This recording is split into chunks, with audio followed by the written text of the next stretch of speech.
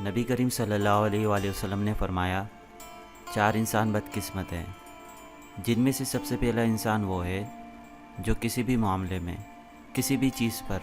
سخت دل ہو جائے، یعنی کہ اسے بالکل بھی رونا نہیں آئے، ایسا انسان بدقسمت ہے۔ نبی کریم صلی اللہ علیہ وآلہ وسلم نے ارشاد فرمایا، رونا انسان کے باطن کو صاف کرتا ہے، اور ایک اور حدیث میں ہے کہ اگر خدا کے خوف سے تمہاری آنکھ سے مکھی کے سر کے برابر بھی آنسو کا قطرہ نکل آیا تو سمجھ جاؤ کہ تمہاری بخشش ہو گئی۔ ناظرین، حضرت عمر فاروق رضی اللہ تعالیٰ عنہ کے بارے میں کتابوں میں لکھا ہے کہ آپ رضی اللہ تعالیٰ عنہ خدا کے خوف سے اتنا روتے تھے کہ آپ رضی اللہ تعالیٰ عنہ کی آنکھوں کے گرد سیاہ رنگ کے نشان بن گئے تھے۔ تو ناظرین، اگر کوئی انسان روتا نہیں ہے، کوئی انسان خوف خدا کی وجہ سے آنسو نہیں بہاتا، ایسا انسان دنیا کا بدقسمت انسان ہے۔ ناظرین، نبی کریم صلی اللہ علیہ وآلہ وسلم نے جو دوسرے بدقسمت انسان کے بارے میں بتایا، ایسا انسان جس کا دل سخت ہو گیا ہو،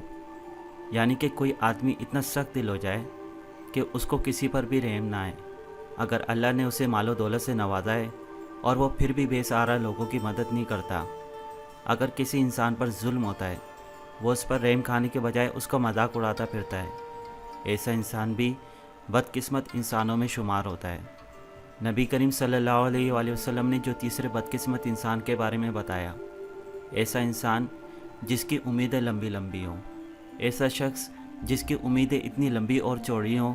کہ وہ دور دراز کے پلان بنا کر بیٹھ جاتا ہے اور حال کا کام نہیں کرتا۔ مثال کے طور پر ایک شخص نے سوچا کہ میں کوئی نیک کام کر لوں، کوئی صدقہ کر لوں،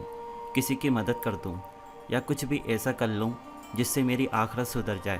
اور پھر وہ سوچتا ہے کہ چلو یار آج نہیں، پھر کسی اور دن کر لوں گا، ابھی تو پوری زندگی پڑی ہے، کسی اور دن کر لیں گے۔ اس کا مطلب آپ ایک بدقسمت انسان ہیں۔ آپ نے جو نیک کام سوچا اسے فوری کر دیں، اسی وقت انجام دیں، کیونکہ اگر آپ نے اسے پینڈنگ کر دیا، کسی اور دن کے لیے چھوڑ دیا، تو یہ کام کبھی نہیں ہو سکتا، کیونکہ بزرگان دین کہتے ہیں کہ جو انسان کہتا ہے کہ یہ کام میں کل کر دوں گا، اس کا کل کبھی نہیں آتا۔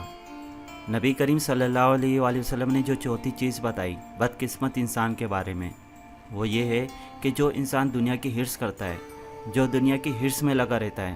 صبح شام بس یہی سوچتا رہتا ہے کہ میں نے پیسہ کیسے جمع کرنا ہے، میں نے اتنا سارا پیسہ جمع کر کے یوٹیلائز کس طرح کرنا ہے،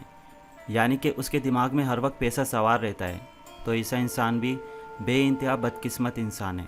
دوستو، آپ نے ایسے انسان کو اپنی زندگی میں آنے نہیں دینا جو ہر وقت دولت کے نشے میں گم رہتا ہے اور پیسہ کمانے کے لیے کسی بھی حد کو پار کرنے میں شرم محسوس نہیں کرتا، کیونکہ اگر آپ نے اسے اپنی زندگی میں آنے دیا تو وہ بھی آپ کو اپنا جیسا بنا دے گا، کیونکہ صحبت اثر رکھتی ہے، اچھوں کی صحبت اچھا بناتی ہے، بروں کی صحبت برا بناتی ہے۔ دوستو، اس بات کا مطلب آپ یہ نہیں سمجھے گا کہ مال و دولت نہیں کمانی چاہیے، آپ ضرور حلال کمائیں اور بہت سارا کمائیں، لیکن اگر آپ کو یہی پیسہ نماز پڑھنے سے روک دے، نماز کا ٹائم ہو گیا ہے لیکن آپ مال و دولت کے نشے میں ایسا گم ہو گئے کہ آپ کو یہ خبر ہی نہیں ہے کہ نماز کا ٹائم ہو گیا ہے، تو ایسا پیسہ کسی کام کا نہیں، کیونکہ قبر میں آپ سے سوال پیسوں کے بارے میں نہیں ہوگا، بلکہ یہ پوچھا جائے گا کہ نماز پڑھی کہ نہیں پڑھی۔